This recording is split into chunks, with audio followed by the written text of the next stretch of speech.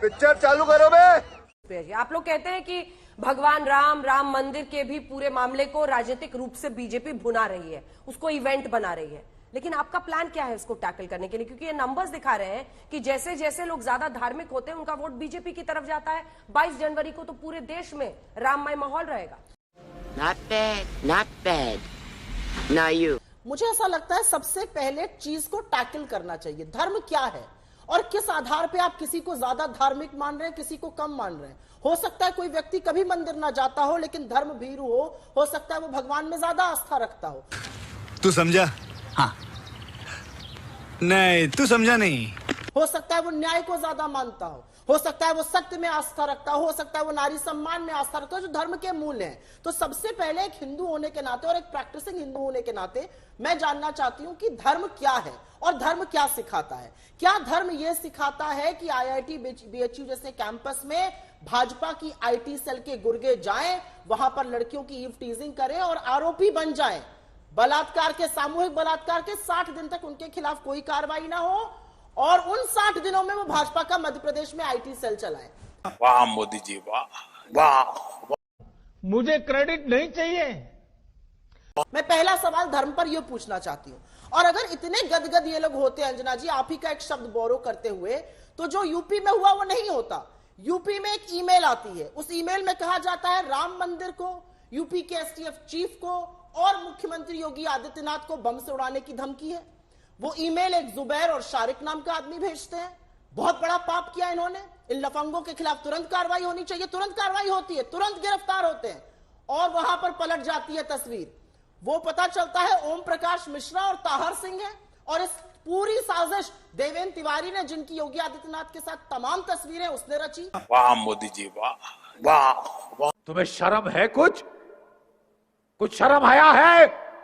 तो ये क्यों धर्मांधता का माहौल बनाना चाहते हैं? ये मुसलमान की आड़ में क्यों दंगे कराना चाहते हैं? ये क्या हासिल करना चाहते हैं? इससे क्या फायदा होता है? अगर इतना ही फायदा हो रहा होता तो ये सारी चीजें नहीं करनी पड़ती।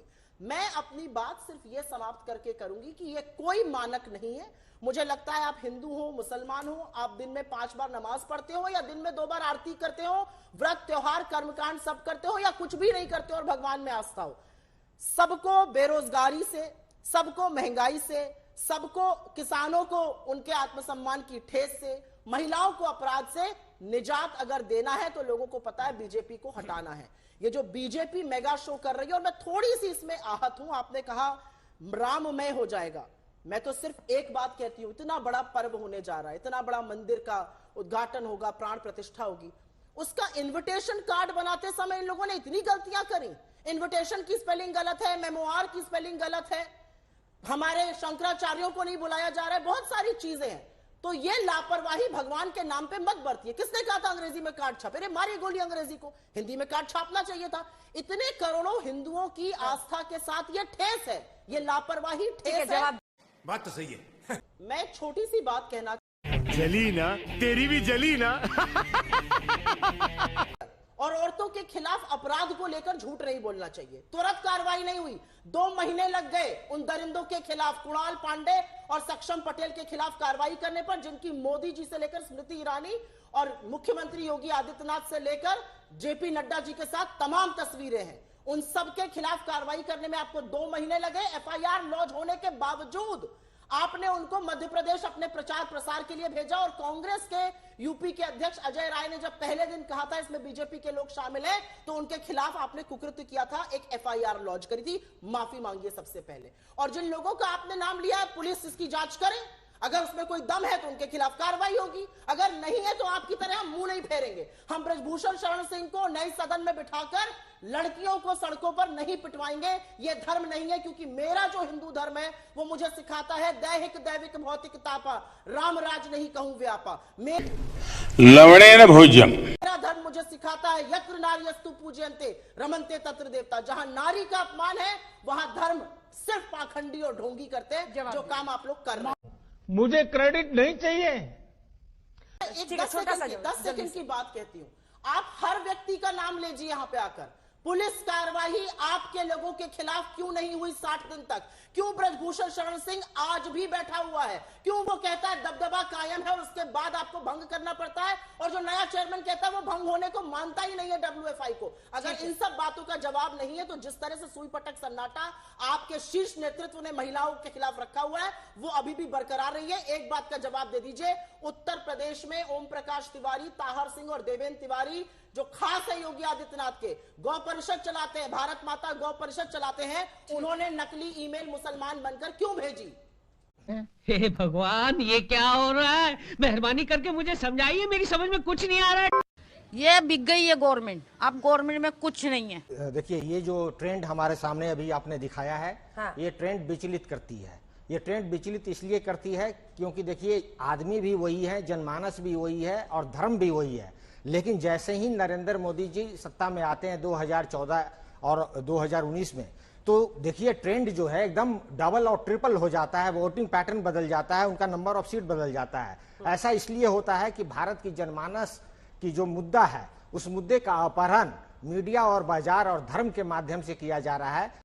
अरे बाप रे, ये तो धोती खोल रहा है। सांस्कृतिक राष्ट्रवाद को आगे कर धर्म को यूज कर सांस्कृतिक वर्चस्ववाद की नीति अपनाई जा रही है, जिसका जो है भारत की मासूम जनता पे ये असर पड़ रहा है कि ये जो सरकार है, ये सरकार जो है धर्म के आधारित चलने वाली सरकार है, संविधान के मूल्यों को विखंडित कर रही है। और संविधान के निर्माताओं ने जिन मूल्यों को संविधान में अंकित किया था, आजादी, भाईचारा और जो है प्रजातंत्र की प्रजातांत्रिकरण के साथ, देखिए ये सारा जो मुद्दा है, इनका मुद्दा गौण है। संस्थाओं को जो दुरुपयोग करके ओपोजिशन लीडर के तरफ जो है ये छोड़ देते हैं। और ये चाहे कर्नाटक हो, चाहे आसाम हो, चाहे मुझे क्रेडिट नहीं चाहिए, नहीं चाहिए, नहीं चाहिए, बंगाल हो, चाहे बिहार हो। अभी मैं नहीं, एक मिनट, आप कुछ भी बोलो, ये नहीं सुनने वाला। देखिए मैम, आपने अभी स्ट्रेटजी की बात की, तो जो स्ट्रेटजी हमारे सामने है वो बहुत पहले से भी ये स्ट्रेटजी रही है, संपर्क और संवाद का स्ट्रेटजी है। माननीय राहुल गांधी जी ने भी संपर्क और संवाद कर रहे हैं। हम लोगों की पार्टी राष्ट्रीय जनता दल भी संपर्क और संवाद की स्ट्रेटजी कर चाहे जाति जनगणना हो, रोजगार का बात हो, सिंचाई की बात हो, जो है एम्प्लॉयमेंट की बात हो, पढ़ाई की बात हो, और जो है आरक्षण के और जो कल्याणकारी राज्य की अवधारणा को जो विखंडन किया है, इन सब मूल्यों को लेकर हम जनता के सामने जा रहे हैं। और हर राज्य में देखिए, इंडिया अलायंस के जितने भी लीडर हैं हमारे, हर एक राज्य में मजबूत स्थिति में हैं और वो अपने अपने राज्य में जो है मजबूती के साथ जो है हम लोग जो है जनता के सामने और संवाद कर रहे हैं। हमारे यहाँ ऐसा ही होता है। मुझे क्रेडिट नहीं चाहिए। भारत जोड़ो न्याय यात्रा पर, जिसमें वो आप लोग कहते थे नदन इंडिया में नहीं जा रहे हैं, 355 सीटें जिन राज्यों में कवर हो रहा है उन सभी जगहों पर जाए। क्यों लग रहा है भाई? हज हाउस बनेगा तो ही संविधान के अनुकूल होगा, रोजा इफ्तार होगा तो ही संविधान के अनुकूल होगा। तो कृपा करके संविधान की सुविधा अनुकूल व्याख्या करना बंद करें। एक बात, ये संपर्क जहां और संवाद की जहां तक बात है, तो भारतीय जनता पार्टी का शीर्ष नेतृत्व से लेके नीचे बूथ का कार्यकर्ता तक सतत संवाद और संपर्क करता है। हमारे यहाँ तो पन्ना प्रमुख भी जो है वो मतदाता से सीधे संपर्क करता है और हमारे आदरणीय अध्यक्ष जी भी बूथ पर जाकर काम करते हैं। आदरणीय प्रधानमंत्री जी भी बूथ के कार्यकर्ताओं से कब हो गया ये? कब हुआ? कब भेंट करते हैं, उनको संबोधित करते हैं। तो संपर्क और संवाद का सिलसिला सतत चलता है। ये देखिए भाई साहब, कुछ ज्यादा नहीं हो गया ये? मतलब कुछ भी। सुप्रिया जी, हम तस्वीरें दिखा रहे हैं जब कमलनाथ के साथ मध्य प्रदेश के चुनाव के दौरान। वापस एक बार वो तस्वीरें, ये तो प्रधानमंत्री नरेंद्र मोदी की है, राहुल गांधी, कमलनाथ। लेकिन फिर भी धर्म का जब मामला आता है, मध्य प्रदेश चुनाव की नहीं है, भारत जोड़ो यात्रा की। भारत जोड़ो यात्रा की होगी, ठीक है, गलती है मेरी, उसको सुधार कर देते हैं। ये तस्वीरें मध्य प्रदेश की है, इतना तो समझ में आ ही रहा है, और वहां पर महाकाल मंदिर की है। फिर भी जो धर्म को ज्यादा मानने वाले लोग हैं वो बीजेपी की तरफ जाते हैं। ये क्या कह रहा है आपसे? इस सज्जन को क्या तकलीफ है भाई? 2019 में बीजेपी का वोट शेयर क्या था? 38%। जिस देश में 86% हिंदू हैं, 38% वोट शेयर आपको क्या दिखाता है? कि जो धर्म को मानने वाले, जो धर्म भीरू लोग हैं, जो धर्म अनुयायी हैं, वो भी इनकी बात से सहमत नहीं है। वो शांति चाहते हैं, वो भाईचारा चाहते हैं। वो नहीं चाहते हैं कि महाकाल में 960 करोड़ का मूर्तियों में घोटाला हो जाए और एक आंधी में मूर्तियां ध्वस्त हो जाएं। ठीक है, राम मंदिर बन रहा है, हम सबकी आस्था का प्रतीक है, लेकिन यह भी सच है कि वो वहां पर होने वाले जमीन घोटालों से क्षुब्ध है, जिस पर सरकार ने चुप्पी बनाई रखी। बीच में मत बोलिए, मैं चुप कर बे कुत्ते। बीच में ना बोल। थारे माथे पर लिखा है बीच में ना बोल। हमारे बीच बोल रही थी, लगातार बोल रही थी, बोलने नहीं दूंगी, लगातार आप चिल्ला बोलते रही थी। रहिए। अब आप और बोलते रहिए और आपको जब नहीं बोलने का दूंगी। दोषी बनाने क्योंकि मैं चूतिया हूँ, मेरा दिमाग चूतिया है। उनको तो पीड़ा होगी, उनकी छाती फटेगी और ऐसे ही फटेगी, वहां बर्बादी होगी। 2024 के चुनाव के बाद भी फटती रहेगी। इतने चोंटे मारूंगा कि मार मार के साले टॉन्ट नकली कर दूंगा, तेरी गंजी कर दूंगा। जवाब बलात्कारी आपकी आईटी सेल में भरे पड़े, लोग आपके मुसलमान बनकर मेल कर रहे हैं, धर्मांधता का फैला रहे हैं। असली बात ये अंजना जी, मैं शो छोड़कर जा सकती हूँ या अकेले बोल सकते हैं? इस आदमी की बदतमीजी करने में नहीं आई। आपने शुरू किया था, मैं इनके पीछे बोल रहा था। अच्छा, आपने बोल लिया ना, नहीं, शुरू किसने किया? अब भाग क्यों रही है? अच्छा, मैं भाग दुम दबा के भाग लोगे, मैं मत भूलो कि भक्ति और पागलपन में अधिक अंतर नहीं होता। मतलब यहाँ पर आकर बदतमीजी करेंगे, अभद्रता। अरे टॉपिक पर ही हूँ, तो बीच में तो दिखलाइए ना। कुछ भी लड़कियों के खिलाफ होगा ना, मीडिया में आक्रोश दिखता है ना भाजपा में आक्रोश दिखता है। अरे भाई थोड़ा तो आक्रोश और आहत आप भी दिखाइए। लड़कियों का सामने बलात्कार हुआ है, थोड़ा तो आक्रोश दिखाइए, थोड़ी तो आंख में शहद का पानी रहने दीजिए। मत करिए, आपके घर में भी औरतें होंगी, आपकी भी बेटी होगी, आपकी भी पत्नी होगी, आपकी भी बहन होगी। यहाँ मत करिए, यहाँ पर असलियत बात यह है अंजना जी, जो 14.25 लाख भारतीयों ने पिछले 9 साल में इस देश की नागरिकता छोड़ दी, 13,75,000 लोगों ने छोड़ी, वो उनमें बहुत सारे हिंदू थे। आज असलियत यह है कि जब बेरोजगारी 8.8% पे और बेरोजगार सड़क पे आता है, उसको लाठी और डंडों से पीटा जाता है, उसमें से अधिकांश हिंदू हैं। आज असलियत यह है कि 1000 रुपए का सिलेंडर जब बिक रहा है, उसमें से अधिकांश हिंदू औरतें खरीद रही हैं। यही कारण है कि धर्म को मानने वाले भी इनके बारे में नहीं बरगला रहे हैं। आज असलियत यह है कि ये कहते हैं, महाकाल की बात करते हैं, 900 करोड़ रुपए का घोटाला वहां हुआ, ये बात करते हैं राम मंदिर की, जमीन के घोटालों की जांच तो होगी ही एक दिन, और उसमें आपके शीर्ष नेतृत्व फंसा पाया जाएगा। मैं सिर्फ एक बात कहना चाहती हूं, और वो बात मुद्दे की है।